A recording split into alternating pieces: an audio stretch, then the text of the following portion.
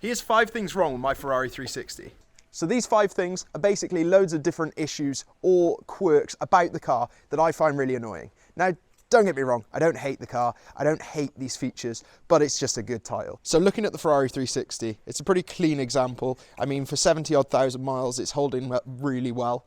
But these are 5 things that I think are kind of design problems straight from the factory right through to now owning the car myself. So first of all, we're going to start at the front of the car. Now that comes down to how low this car is. It's one of the main issues with this car. Because it's so low and it's before the era of having hydraulic... Thanks, Coops. Before the era of having hydraulic lift on a car, it means that you scrape a lot, and that causes damage on the front bumper, like so. The second element is actually the windscreen wipers, and that's because they actually touch on that front trunk if they're left up in the mid position. So this isn't much of an issue in the summer, but if you're using this in the winter and you just turn the car off mid-wipe, it can basically push on that front trunk and do some serious damage. Now that could either be to the windscreen, or it could be to that front trunk over here.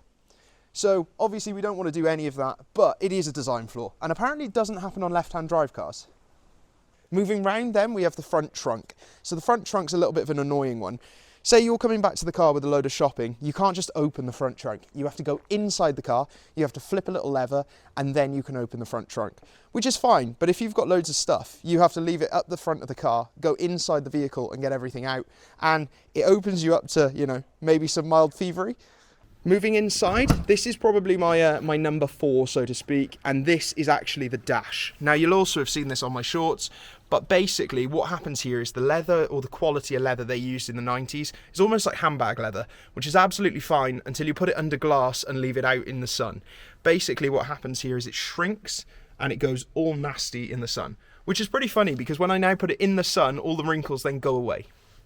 The 5th is actually in the rear engine bay. So basically, I don't know if many of you know this, but you have a dry sump engine. So basically that means when the car is off or cold, most of the engine drains back into stores, which is fine apart from when you want to check the oil. So to check the oil, you have to leave the car running at temperature. Whilst the engine's on, you have to undo this metal cap. Now, can anyone else see the real issue and design flaw in that? Why would you make something that you have to check at a hot temperature out of metal?